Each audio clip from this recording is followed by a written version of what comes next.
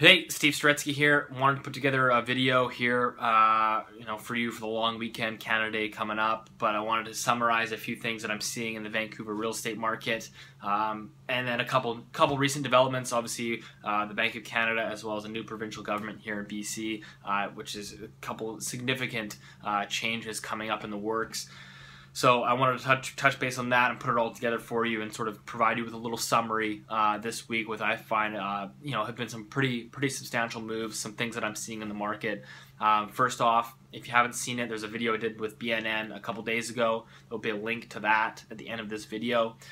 Basically, I ran some of the numbers on house flipping with UBC's economist Tom Davidoff, and we're able to see that Vancouver condo flipping, buying and selling a property within 1 year has been steadily increasing. Right now it accounts for 5% of sales bought and sold within 1 year. And in the 2-year window, it's about 11%.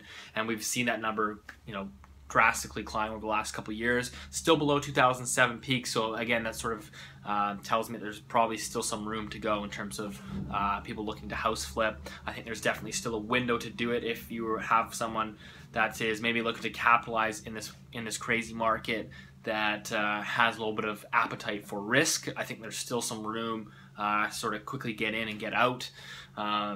If you're looking for a short-term play, because again, prices right now are increasing 2% every single month. There's 4 or 5 offers on every single place. So, if you got a place and you're looking to flip, there's still a clear runway to do that. Obviously markets can change pretty quick, but for the most part, I find real estate is quite sticky. So, if there is like a correction, right, like hypothetically, it doesn't happen overnight. So I think you can go in and make a place look better, substantially updated, that sort of thing. There's money to be made. Again, so with that being said, again, I'm going to talk about some of the froth in the real estate market.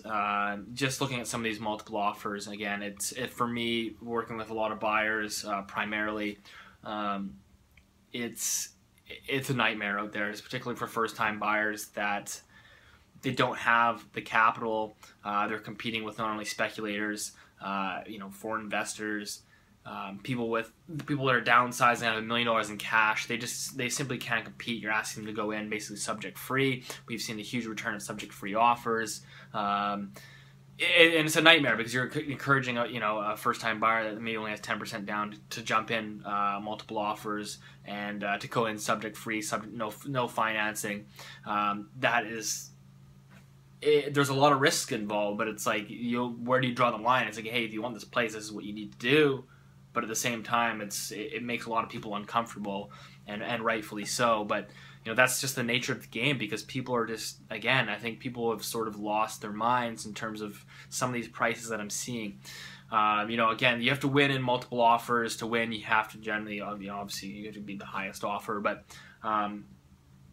you can still win. I've won a lot of multiple offers where we haven't gone crazy. Like, we've looked at a comparable property, we've gone like a little bit over that, and we've been fortunate to win some of these. But some of these multiple offers is people just, there's the price discovery goes out the window, and people are simply not.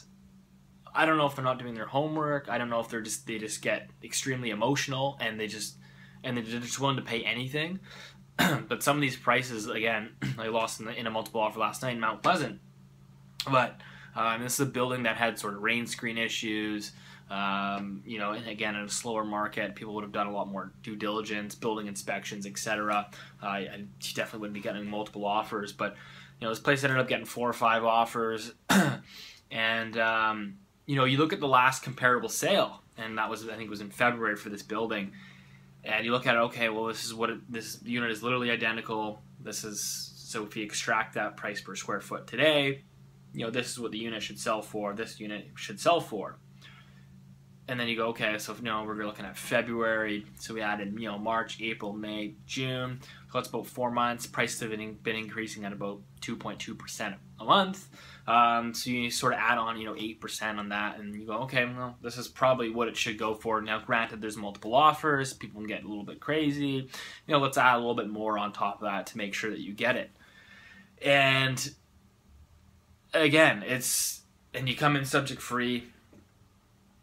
and you put together, you know, a really strong position, you offer the right dates, and you just get absolutely blown out of the water because someone just gets completely emotional and isn't even looking at the last comparable sale. I don't know what they're doing, or if they're, you know, if someone's convincing them to pay that price. But again, some of the prices that some people are paying for these multiple offers makes zero sense. They're not even in the ballpark. They're not even in the ballpark. And again, I just tell my clients is you can't compete with stupid.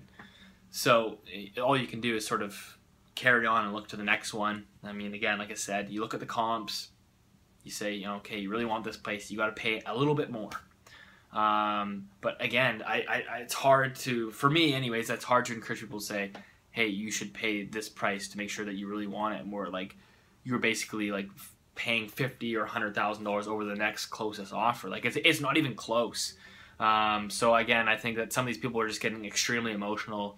They're throwing really common sense out the window. It's, you know, it's all fun and games to pay, you know, in multiple offers. Sure, you know, pay a little bit over, you know, get a little crazy, but like some of these, again, they're not even in the ballpark. And what happens here is basically, so now because one dummy goes in and pays this extreme price for this unit, the next guy that goes to sell his unit in that building is looking at that comparable, and so are all the other realtors that are bringing their clients to go and buy. Everybody is always looking at the next comparable property. So what did the last unit in the building sell for? And that becomes the new benchmark. So as soon as you get one idiot in a building, it sets the next floor, it sets the benchmark for the next person to come in. And so that's the main issue with multiple offers, is because you get, again, not every multiple offer situation is like this. You know, a lot of these multiple offers are reasonable. You can look at them, okay, yeah, I'm not surprised that's what it went for. But again, some of these are just like totally left field, and they're just driving up the prices in a lot of these buildings. And so, like I said, basically, as long as you keep getting these multiple offers, prices are going to continue to increase. And right now, the new listings are still very low, but sales are almost outpacing them. So the runway is still clear for prices to continue accelerating. And you know, I guess that sort of transitions into a couple other things to maybe look for. Obviously, a huge monumental shift in BC government, in politics. New BC NDP government will form. So Christy Clark and the Liberals are out. You know, I think it's for maybe a lot of people, it's a sign of relief. I mean, I think there's been a lot of corruption in that government, and so we have a BC NDP government coming in. I mean, I know a lot of people don't agree with what they're going to do or their stance on that, but I think that it is a sigh of relief to see some of the corruption out.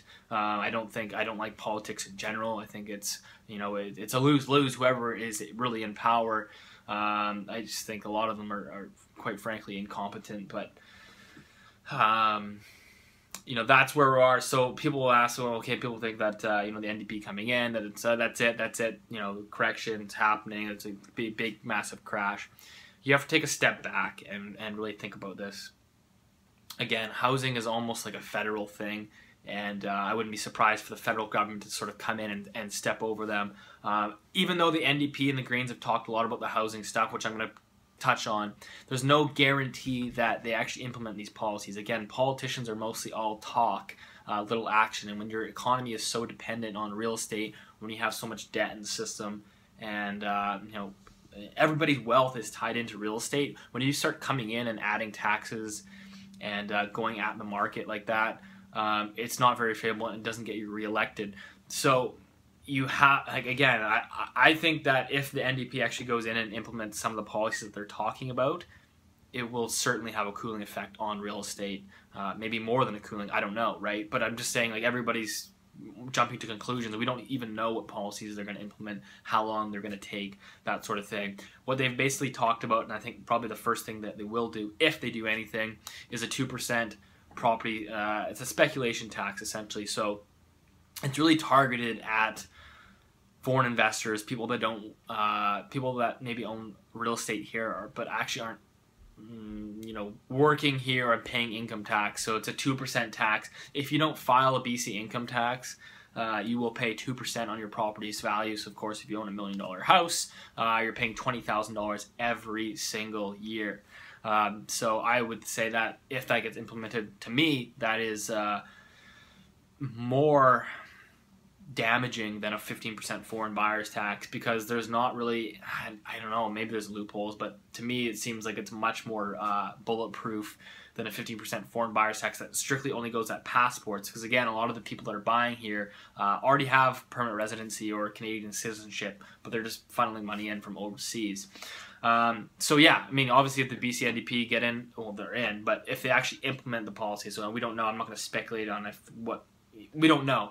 But, it's something to certainly look for in the coming months to see what they're going to do. Again, it's sort of an end of an era. Obviously, Christy Clark has had her hands in the developers' pockets, has basically built up a huge BC economy that everyone talks about, this tremendous job growth. And but again, it's all really predicated on real estate, and prices continue to increase. So she's kind of built, I would say, a shaky foundation, but everybody wants to pat her on the back.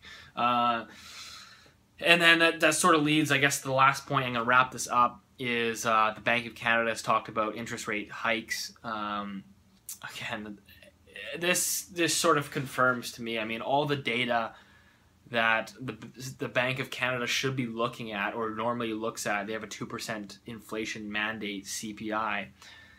The metrics are not there for them to hike, but they keep talking about, no, now we're going to hike. All of a sudden, out of the blue, over the last week, they said, now we're going to start hiking interest rates. I think there's a 60% probability in the market for a July 25% basis point increase. Now, again, this sort of confirms to me that central banks, they really don't know what they're doing. This is an experiment. Every metric that you look at indicates that they probably should not be hiking. Look at the record household debt, their CPI mandate, which is the only thing that this is their mandate. Is not even at their 2%. But anyways, they're talking about hiking.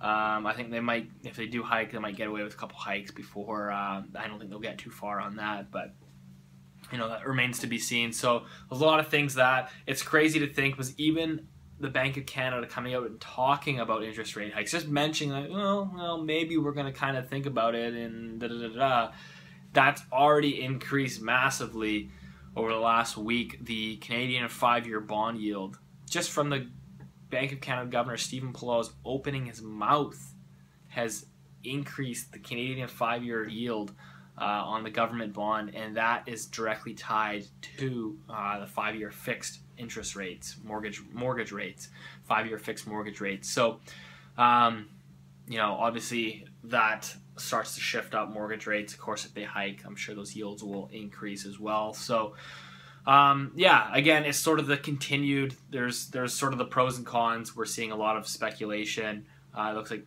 the runway is sort of clear for that to continue as prices continue to accelerate.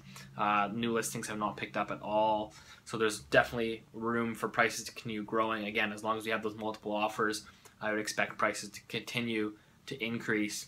But then again, you also have a couple potential headwinds coming in with, of course, a massive shift in politics. A